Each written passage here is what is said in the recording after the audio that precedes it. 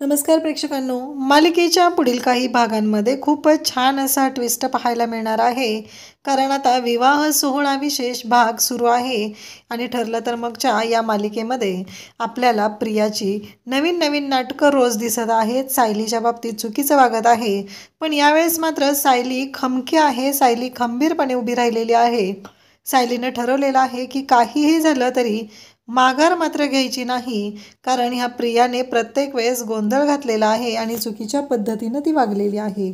त्यामुळं सायलीनं ठरवलेलं असतं की अजिबात माघार घ्यायची नाही. प्रियाच्या प्रत्येक प्रश्नाला तिथे प्रतिउत्तर करायचं हे सायलीनं ठरवलेलंच असतं. तर प्रियाच्या या मेहंदीच्या कार्यक्रमात अपशकुन झालेला असतो. अर्जुनच्या हाताला मार लागलेला असतो. त्याचबरोबर प्रियाची मेहंदी अजिबात रंगलेली नसते. त्यामुळं प्रिया मात्र भयानक चिडलेली असते. पूर्णाईला पण प्रश्न पडलेला असतो की हे अचानक कसं काय असं झालं.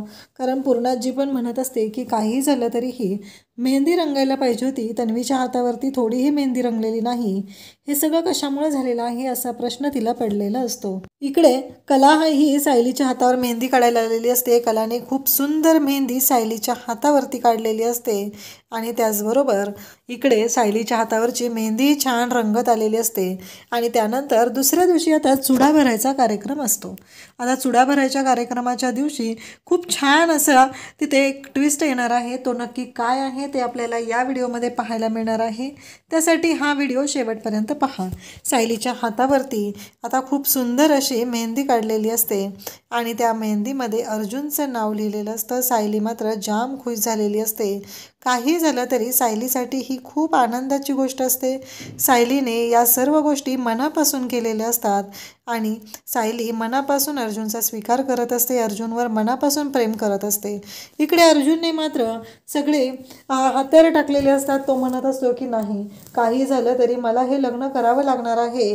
कारण मला पूर्णाजीला दिलेलं वचन पूर्ण करणं गरजेचं आहे. पूर्णाजीने अशा पेचामध्ये मला अडकून ठेवलेलं होतं की एका साईडला पूर्णाजी आणि एका साईडला सायली, या दोघींपैकी मी कोणाला निवडू हा प्रश्न मला पडत होता.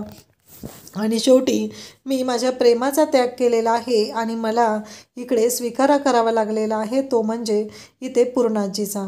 कारण पूर्णाजीने जे माझ्यासाठी केलेलं आहे, मान्य मिसेस सायलीनेही माझ्यासाठी त्याच गोष्टी केलेल्या आहेत, पण आज घडलेलं मात्र वेगळंच आहे. काहीही झालं तरीही मिसेस सायलींपेक्षा पूर्णाजीचा जीव महत्त्वाचा वाटत होता. त्यासाठी मी माझ्या प्रेमाचा त्याग केलेला आहे. कारण मला माहिती आहे की पूर्णाजीची अवस्था खूपच बिकट आहे आणि त्यामुळं मला हे सगळं करावं लागलेलं आहे असं अर्जुनने स्पष्टपणे सांगितलेलं असतं. आणि अर्जुनने या सर्व गोष्टी इथे बोलून दाखवलेल्या असतात त्या अद्वैतच्या जवळ.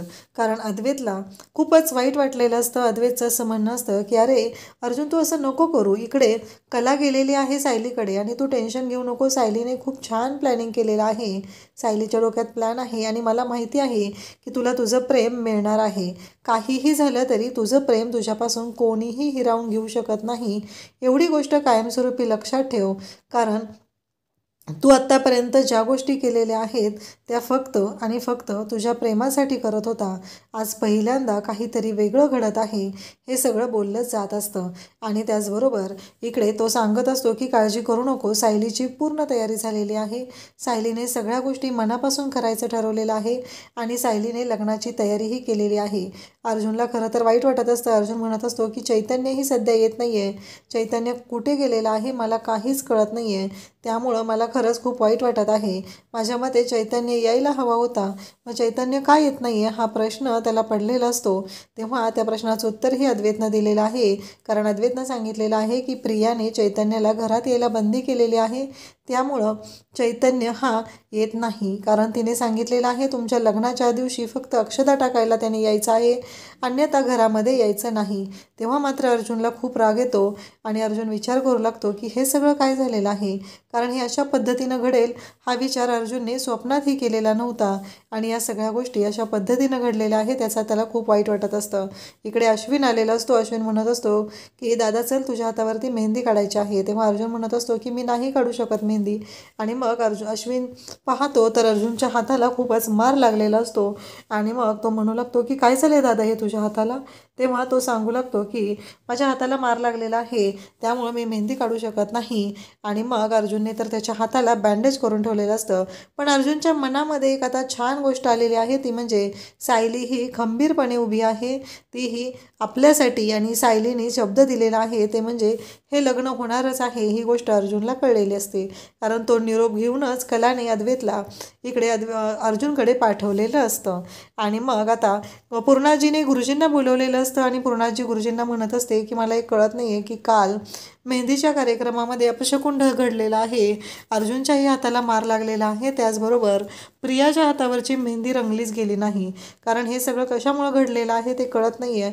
अजिबातच मेहंदी रंगली नव्हती आणि हे सगळं घडलेलं आहे. पूर्णाजी गुरुजींना विचारत असते तेव्हा गुरुजी म्हणत असतात की तुम्ही ज्या पत्रिका दाखवलेल्या आहेत त्या बरोबर आहेत का, अन्यथा खूप मोठं अपशकुन घडेल. कारण असं घडणं हे खूप चुकीचं आहे. अशा पद्धतीने गोष्टी घडायला नको होत्या असं गुरुजी सांगत असतात. तेव्हा पूर्णाजी म्हणत असते की मी ज्या पत्रिका दाखवलेल्या आहेत त्या अगदी बरोबरच आहेत.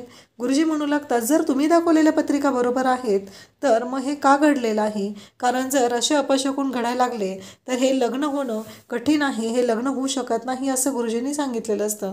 पूर्णाजी म्हणत असते मग काय करावं लागेल त्यासाठी.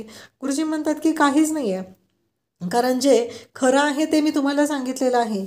पण जर पत्रिकामध्ये प्रॉब्लेम असेल, त्या व्यक्तींमध्ये प्रॉब्लेम असेल तर मी काहीही करू शकत नाही, या भाषेमध्ये गुरुजी सांगतात. तेव्हा पूर्णाजीला धक्का बसतो. पूर्णाजी म्हणत असते की कसं शक्य आहे, कारण हे पॉसिबलच नाही आहे. पत्रिका तर बरोबर होत्या ना, मग पत्रिकेमध्ये कुठं गोंधळ आहे. कारण तन्वीची पत्रिका आणि अर्जुनची पत्रिका तर मी आधीच बघितलेली आहे. जेव्हा आम्ही कल्पीकडे प्रतिमाला वचन दिलेलं होतं तेव्हाच ते मी बघून ठेवलेलं होतं. मग अचानक गुरुजी आता असं का सांगत आहेत की पत्रिका बघणं गरजेचं आहे. नक्की काय प्रॉब्लेम झालेला असेल हा प्रश्न पूर्णाजीला पडलेला असतो. आणि पूर्णाजी म्हणत असते की मला ना विचार करायला पाहिजे. त्यानंतर आता पूर्णाजीने ठरवलेलं आहे की काही झालं तरीही आता चुडा भरण्याच्या कार्यक्रमामध्ये कोणताही गोंधळ व्हायला नको आहे, म्हणून पूर्णाजी स्वतः काळजी घेत आहे. त्याचबरोबर तन्वीलाही सांगत आहे की तन्वी तू काळजी घे, अजिबात धावपळ वगैरे करू नको, कुठे चुडा भरल्यानंतर कुठेही जाऊ नकोस, या सर्व गोष्टी तिला सांगितल्या जात असतात. आणि ज्या वेळेस चुडा भरायला सुरुवात होते आणि त्याचवेळी सायलीची तिथे एंट्री झालेली असते आणि सायली आलेली पाहून प्रियाला खूप राग येतो. कारण सायली पण सुंदर अशी नटून आलेली असते. कारण चैतन्यानं विमलकडून माहिती काढून घेतलेली असते. विमलने सांगितलेलं असतं की उद्या चुडा भरायचा कार्यक्रम आहे आणि ते टायमिंगही विचारून घेतलेलं असतं. आणि बरोबर त्या टायमिंगला सायली तिथं पोहोचलेली असते आणि इथेच प्रियाची वाट लागते. कारण काहीही झालं तरीही आता ही का आलेली आहे हा प्रश्न पडलेला असतो. आजूबाजूच्या बायका तिथं आलेल्या असतात, त्याही बांगड्या भरायसाठी आलेल्या असतात. आणि सायली म्हणत असते की कसं आहे, मी या घरची अजूनही या घराशी बांधलेली आहे. अर्जुन सरांचं माझा अजून घटस्फोट झालेला नाही, फक्त पेपर तुम्ही जमा केलेले आहे तेवढं लक्षात ठेवा. मी फक्त चुडा भरण्यासाठी आलेली आहे. चुडा भरला की मी निघून जाणार आहे. आणि नेमकी प्रिया चुडा भरायला बसलेली असते. प्रियाच्या हातामध्ये चुडा भरायचं काम चालू असतं आणि सायली तिथं आलेली असते. आणि त्या क्षणी प्रियाच्या हातातला चुडा जो आहे तो ती सायलीच्या अंगावर धावून जात असते आणि तिच्या हातातला चुडा फुटतो. आणि प्रियाच्या हातात भरलेल्या सगळ्या बांगड्या फुटल्या जातात, बांगडी वाढवली जाते. आणि इकडे पूर्णाजीला मात्र खूप मोठा धक्का बसतो. पूर्णाजी म्हणते की हे असं का झालेलं आहे, म्हणजे असं घडायची काहीच गरज नव्हती. आणि आता पुन्हा अपशकुन घडलेलं आहे. गुरुजी तिथंच असतात. गुरुजी म्हणत असतात की हा अपशकुन झालेला आहे. तुम्हाला मी अन्नपूर्णा मॅडम सांगितलेलं होतं की असं काही घडता कामा नये आणि आता अपशकुन का घडत आहे एवढा, असं ते विचारत असतात. तेव्हा पूर्णाई म्हणते की मला ना कळेनाच झालेलं आहे, नक्की काय प्रॉब्लेम झालेला आहे, हे सगळं का होतं आहे, असा प्रश्न पूर्णाईला पडलेला असतो. पूर्णाई म्हणत असते की काहीही झालं तरीही आता हे थांबलं पाहिजे. कारण तन्वीच्या बाबतीत जे घडत आहे ते पूर्णपणे चुकीचं आहे, हे असं घडायला नको आहे असं पूर्णाईचं म्हणणं असतं. आणि ती म्हणत असते की काही झालं तरीही आता जे घडत आहे ते पूर्ण चुकीचं आहे आणि ते सगळं थांबलं पाहिजे असं पूर्णाजीला वाटत असतं. कारण तेवढ्यातच सायली तिथे येते आणि सायलीच्या हातामध्ये सायली म्हणत असते की मला बांगड्या भरायच्या आहेत, माझ्या हातात चुडा भरला की मी जाणार आहे.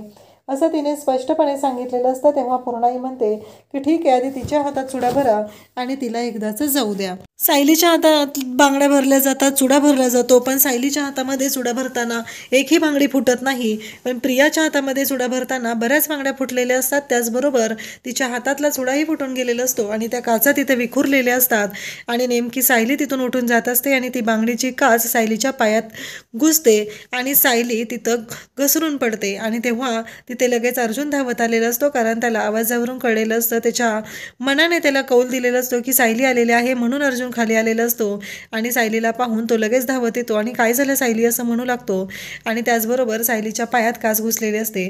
अर्जुन म्हणत असतो की इकडे मिसेस सायली, मी काढतो तुमच्या पायातली काच असं म्हणत तो मागं लागलेला असतो, पण प्रिया मात्र ऐकत नाही। प्रिया म्हणते की प्रियाच्या लक्षात येतं जर सायलीच्या पायावरचं तुळशीपत्र दिसलं तर खूप मोठा प्रॉब्लेम होईल असं तिला वाटत असतं, पण तिच्या हातातल्या बांगड्या वाढवलेल्या असतात म्हणून पूर्णाजीने तिला तिथेच बसवून ठेवलेलं असतं आणि मग अर्जुनने सायलीच्या पायातली काच काढायला जाऊ नये, सायलीच्या पायाशी जाऊ नये म्हणून कल्पना तिथे येते आणि प्रतिमा तिथं असते। त्या दोघीही तिथे येतात आणि म्हणतात की बघू काय झालेलं आहे। सायलीच्या पायामध्ये खूप खोलवर काच घुसलेली असते आणि तीही बरोबर डाव्या पायामध्ये घुसलेली असते। तुळशीपत्र बाजूला असतं आणि तिथे काच घुसलेली असते।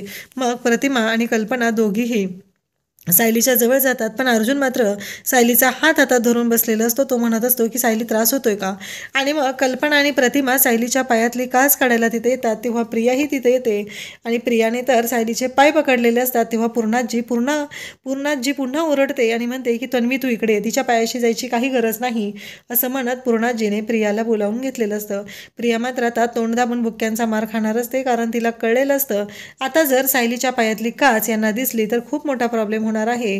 त्याच वेळेस तिथे बायका असतात आणि त्या बोलायला सुरुवात करतात की कल्पना, तुमच्याकडून आम्हाला अशी अपेक्षा नव्हती, घरात सून होती, गेली 1.5 वर्ष झालं सायली तुम्ही करत होता आणि आता तिला हाताला धरून घराच्या बाहेर तुम्ही काढलेलं आहे, हे योग्य केलेलं नाही, कारण काहीही झालं तरीही तिने लग्न केलेलं होतं, तुमच्या मुलाबरोबर संसार केलेला होता आणि आता तुम्ही परत एवढ्या थाटामाटात मुलाचं दुसऱ्यांदा लग्न लावत आहात आणि सायलीच्या तोंडाकडे बघून तर आम्हाला वाटत नाही की ती फसवणूक करणारी आहे। आणि त्याचवेळी कल्पना आणि प्रतिमा दोघी तिथं असतात। कल्पनाचं लक्ष नसतं पण प्रतिमाचं लक्ष असतं।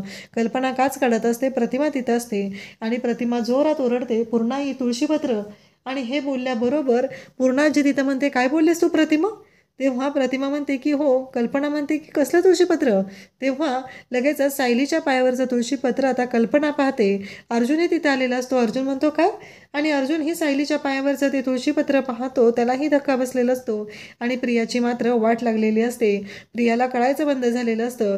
तेव्हा अस्मिता प्रियाला म्हणत असते की तिच्या पायावर तुळशीपत्र कुठून आलं, तुळशीपत्र तर तुझ्या पायावर आहे ना तन्वी, हा काय गोंधळ झालेला आहे। हा प्रश्न अस्मिता आता प्रियाला विचारत असते आणि प्रिया मात्र बघतच राहते, कारण तिला कोणताच ऑप्शन नसतो। आता ती पूर्णपणे अडकलेली असते। अर्जुन त्याचबरोबर सायली सर्वजण तिथं असतात आणि कल्पना त्याचबरोबर प्रतिमा यांना धक्का बसलेला असतो आणि त्या सायलीला विचारतात की तुझ्या पायावर तुळशीपत्र कसं काय। तेव्हा सायली म्हणते की मी लहान आहे तेव्हापासून आहे आणि मधुभाऊनी तर मला सांगितलेलं आहे, म्हणून तर मधुभाऊ मला म्हणत होते की तू रुक्मिणीचं रूप आहे, म्हणून मधुभाऊ माझं नाव त्यांनी, मी अशी नाजूक तुळशीपत्र पायावर असलेली नाजूक आहे म्हणून त्यांनी सायली मला नाव ठेवलेलं आहे। हे जेव्हा ती सांगत असते तेव्हा अर्जुन म्हणतो खरं सांगताय तुम्ही सायली। तेव्हा सायली म्हणते की हो, पण सायली विचारलं ते की तुम्ही असं का सगळेजण अवाक झालेले आहात। तेव्हा प्रतिमात्या म्हणते की माझ्या तन्वीच्या पायावरती तुळशीपत्र आहे आणि माझी तन्वी ही रुक्मिणीचं रूप आहे, म्हणून तर मी तिच्याशी तेवढी कनेक्टेड होते। हे सगळं बोललं जात असतं आणि प्रिया मात्र आता गांगरून गेलेली असते। पण प्रिया म्हणते की हिच्या पायावर तुळशीपत्र कुठून आलं, तुळशीपत्र तर माझ्या पायावर आहे। तेव्हा सायली सर्वांच्या समोर सांगू लागते की नाही, प्रियाच्या पायावर कधीच तुळशीपत्र नव्हतं, कारण तसं आश्रमामध्ये आम्ही एकत्रच राहिलेलो आहे, तिच्या पायावर कधीच तुळशीपत्र नव्हतं। उलट मीच तिला सांगितलेलं, तिने मला एकदा विचारलं होतं, माझ्यासाठी मधुभाऊंनी पैंजण आणलं होतं तेव्हा तिने मला विचारलं होतं, तेव्हा मी सांगितलेलं होतं। सगळे मात्र अवाक होऊन पाहत असतात, सगळ्यांना कळतच नसतं की हे सगळं काय झालेलं आहे। आणि मग कल्पना त्याचबरोबर प्रतिमा पूर्णाजी यांनाही धक्का बसलेला आहे। प्रिया आता तिची बाजू सांभाळून घेण्यासाठी काय खोटं बोलणार, आणखी काय कारस्थानं रचणार, हे आपल्याला पुढे पाहायला मिळणार आहे। त्यासाठी चॅनलशी कनेक्टेड राहा, चॅनलला सबस्क्राईब करा। थँक्यू।